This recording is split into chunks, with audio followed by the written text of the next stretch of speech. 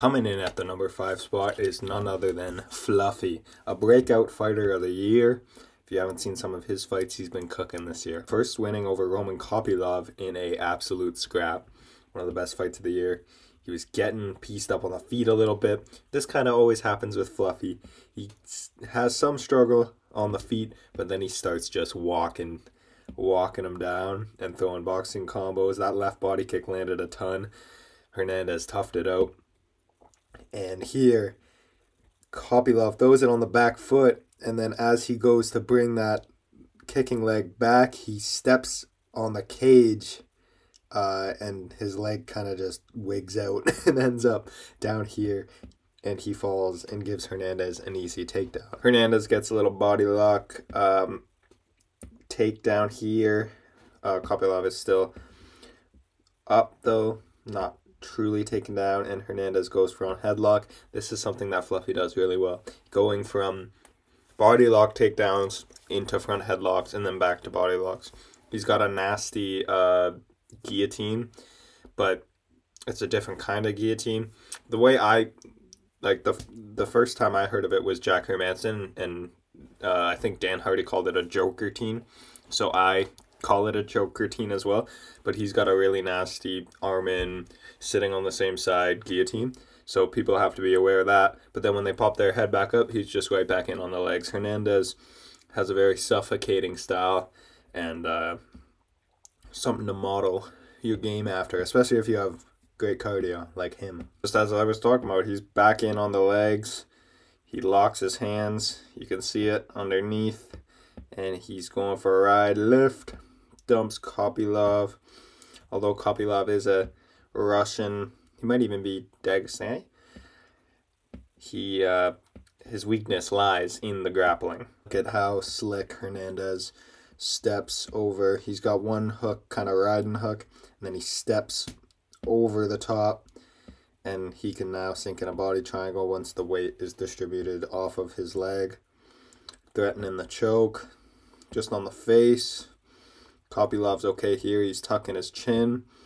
You can obviously finish it from here, as we might see later on in the list. But Kopylov doing a decent job of tucking his chin here and not getting in a position where it's really, really bad. Here, Kopylov works his way back up, posting. And when you're posting, you're removing a hand to defend against the neck. So on the posting side, Hernandez shoots through his left arm to threaten the choke again, digs a hook in, falls back. Again, it's on the face, could get the submission. It kind of just depends on the squeeze that you have and the jaw strength or the chin strength that your opponent has. But Kopylov, it sucks. It doesn't feel good, as you can see the grimace. But Kopylov's defending. He's peeling off the top hand, which is the right thing to do. But now Hernandez is kind of losing the angle for it. As he loses the angle for it, Kopylov posts up, gets on his knees, and sneakily Hernandez slithers that left arm underneath the chin instantly, and you can see it here. It's instantly under the chin, and he's grabbing behind the shoulder, like the lat. So that's locked in there. Kopylov has to peel this hand before, but look at Hernandez tuck his chin to the glove. You can't peel it. Kopylov tries to peel it, but it's too late because Hernandez is shooting that other hand in, and now this peel is impossible. It's not going to happen. And Hernandez knows it. Kopylov knows it. Watch Hernandez here. He shakes his head. Yeah, he knows it's in.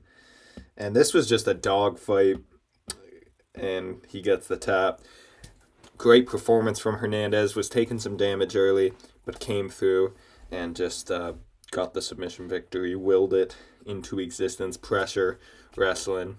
Fluffy, someone to watch out for in the middleweight division, comes in at the number 5 spot. Coming in at the number 4 spot, we got none other than DDP. Someone who's kind of gone underrated in Fighter of the Year talks because of the year that that Alex Pereira and Ilia Topuria have had. But a win over Strickland and Adesanya in the same year, pretty solid year. But either way, coming in at the number 4 is Dricus's submission over Israel Adesanya. This is such a weird entry. Adesanya's trying to like take an angle, but Dricus is just like stepping his way in, following him. He cracks him with a right hand that off balances Adesanya to the mat, leaps in with a left hook, which might have landed, and then the right hand over the top misses. Adesanya's busy saying, it was the floor that slipped me. But when you look at it, he didn't like roll his ankle or anything. He kind of got hit, and then he went down. It wasn't an ankle roll here. I thought it might have been, but no, he steps on his toes, and then he pushes off. It was the punch. It was a knockdown. Give it to him. Dricus just being Dricus, being weird, going southpaw, jabbing, stops it, and then boom, right hand. Whatever the closest weapon is, just keep feeling it, follow him. Adesanya turns his back. Dricus locks his hands over top of the right arm of Adesanya. Now he can throw him down. Adesanya does free it and post, but Dricus gets him down. Adesanya just waits here for a second. He's just waiting here for a second. He gets down. He needs to be building up right away. It's the 4th round of a grueling fight, but this second gives Dricus the chance to just jump his hook right in there, all the weight down. He like headbutts the canvas, but just heavy pressure, gets the arm underneath not underneath the neck, across the face right away, palm to palm, making it nasty. Then he switches to the figure 4 grip, and Adesanya peels the top hand, but Dricus avoids it getting caught. When Adesanya peels it, he doesn't secure it, so Dricus can bring it back, palm to palm grip, hooks are in. 4th round, tired, big, strong dude in Dricus, just squeezing the hell out of your face. Not under the chin. It's just on the face, and it's on the chin, and it's nasty. And Adesanya taps, and Dricus wins the Battle of Africa, coming in at number 4. Coming in at the number 3 spot, Brian T. City Ortega with his submission win over Yair. He got absolutely battered in this 1st round, and I thought he was going to lose for sure going into the fight, and during the fight. I was like, no, there's no way. His takedown offense isn't good enough to get the fight to the ground, but I might have underestimated Yair's takedown defense, but also underestimating Ortega's ability to get it to the ground, because here Yair does something tricky, leading with the rear hand and then going in with the lead as the second weapon, but Ortega does a good job reading this, getting out of the way, and then closing the distance. Clinch, gets to the body lock, doesn't have his hands locked, just in the clinch, pushing Yair against the fence. Just simple. Hands not locked, high underhook, scoops the leg, trips Yair down. It's one of my favorite takedowns right there, just going to say that.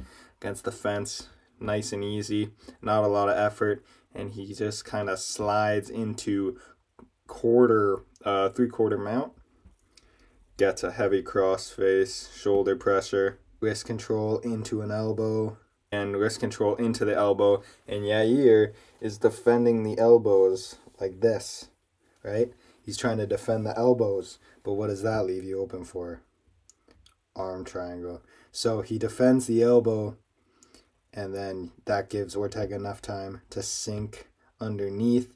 And Yair does a good job creating some space here, because obviously this is not what you want, where it's there. There's no space for your neck, but he does a good job by framing off like that, creating some space for his neck. But watch this finish.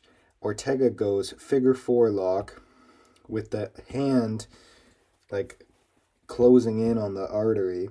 He hops over to side control, and he's really getting off to the side. Like that's not even side control. Yair's trying to turn, which is the correct defense. turning that way, but Ortega stops all of it. And the slow squeeze, the chest pressure, slowly, you see the muscles in his back slowly start to activate. Like, look at his back. Yeah, the squeeze is getting really tight, and he's putting his, like, full body weight, like his chest, down into Yair Rodriguez, and he's got the figure four locked, and Yair's tapping. Ortega doesn't feel it at first, holds on for a little bit too long, but after a first round that was really, really rough, where he got dropped multiple times, and a guy who's taken a lot of damage throughout his career, for him to come in here, just tough it out, and get to a submission victory, pretty impressive. That's why it comes in, and the finish of the arm triangle, like, it was unique. Yair did some good things in terms of defending. Obviously, he made the mistake to cover up his head. And then he does this, which is creating space. He tries to turn to the side, but Ortega shuts all of it down with this beautiful finish, figure four. Chest pressure really jumping off to that angle, like way, way off to the side. Beautiful finish in at the number 3 spot. Coming in at the number 2 spot is Khamzat Chimaev's just utter destruction of Bobby Knuckles. And we all love Bobby Knuckles, but this was unbelievable. Robert Whittaker, known forever for having some of the best takedown defense in the sport, defended takedowns against Yoel Romero for 2 fights, and just defends a takedown really, really well.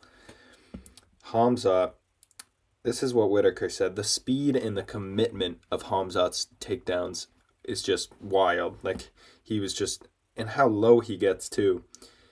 Whittaker in, like, his podcast after was just saying, how do I stop that shot? Like, he commits so hard. Look at the amount of ground he covers. He's here. Again, I also broke this down on the channel earlier. But, like, that amount of ground, and he's so low. And what saves the takedown, it's generally good takedown defense from Whittaker, digging this underhook, sprawling. But what stops the sprawl is the cage, but as well as that pick of the ankle by Khamzat. Picks it, grabs the ankle, uses that to transition into a body lock, and that's what Khamzat and a lot of the great Dagestani wrestlers do really, really well, is they transition from one takedown to another. They don't go full out on one takedown. Shoot a single, single's not working, try the single. Shoot, and then go from there. It's like their first takedown is their setup. I watched an amazing video, I forget the guy's name, but their first takedown is their setup, and then they can go double, then they can go body lock. That's what they do so well, they transition. So this kind of fails, okay, up to a body lock, and now we're in Khamzat's world. Khamzat spends a lot of time just one hook in, using the cage as another hook pretty much, keeping Whittaker down, making him carry his weight, just pitter-patter punches, and just looking for an opening. Skipped a little bit forward here. Khamzat eventually gets 2 hooks in, but Whittaker does a good job at spinning and dealing with this hook instantly, so now he's only got 1. This is a better position for Whittaker. Posting on the head, Khamzat gets the hook back. But look, Whittaker frees his leg again, and he's going to attempt to explode and turn, but Khamzat does a tremendous job of staying with Whittaker here in the scramble.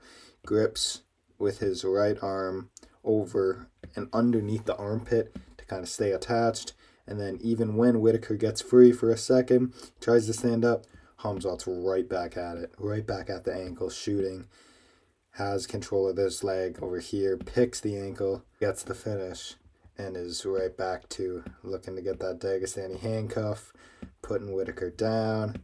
It's just never ending. Here, Khamzat's been in complete control. He lands a nice little elbow. Whittaker covers up, couple punches, and Whittaker is right now quite distant from Chimaev in terms of a choking threat. Khamzat would have to come down and pick up that choke, but when these punches are coming in, Whittaker kind of closes the distance, and Khamzat, whatever side that posting arm is on, that's the side where you shoot the choke, because they can't deal with it immediately. to shoot it through. He grabs wrist control here, pushes it down, shoots it through, and it's just in that spot, across the face, on the mouth. Just a nasty spot, and Whitaker already dealing with like mouth issues in the past or jaw injuries in the past, and it's that sharp blade. I talked about it before, but look at that squeeze. His head nasty, and it must just be so painful. You can feel your jaw like crushing in on itself. Whitaker, one of the toughest humans on earth, taps like immediately, and Hamzat gets the finish, shattering Robert Whitaker's jaw. This was one of the most impressive performances of 2024. Comes in at the number 2 spot, 4 submissions. Coming in at the number 1 spot, Islam Makhachev's submission over Dustin Poirier. This was an absolute scrap. And what was I talking about with the Dagestanis? Look at the head, inside single, maybe looking to load up a punch. As he loads up the punch, look at this finish. Absolutely beautiful. Poirier's trying to scramble up, but Islam jumps straight to the front headlock position. Brings Poirier down. He abandons the chin strap. His hands are locked, and he shoots through this darce. And this isn't the normal way that a darce is finished. Usually, look at Islam. What a scrap. He's just busted up. Usually, you want this hand all the way up to your bicep, like a rear naked choke would be, like a figure 4 grip. But Islam finishes it differently. And usually it's like with this part, but his hand turns. His right hand here turns. And it's a short, like shallow grip. It doesn't go all the way up. He has, like this is Poirier's one free leg, and then Poirier's other leg is trapped. Eventually secure the tap. I want to work that finish because I've never finished it like that. That kind of shallow grip doesn't have to get all the way locked here. Either way, this was one of the best fights of the year. And for him to get the submission in the 5th round, the way he took him down, that beautiful like ankle twirl, whatever you call that. I'm sure some wrestlers will know what that is, but I don't. And that was just a beautiful submission. Interesting finish on the darce.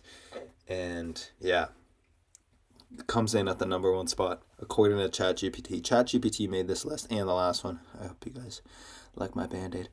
If you made it to the end of the video, thank you for watching, and peace.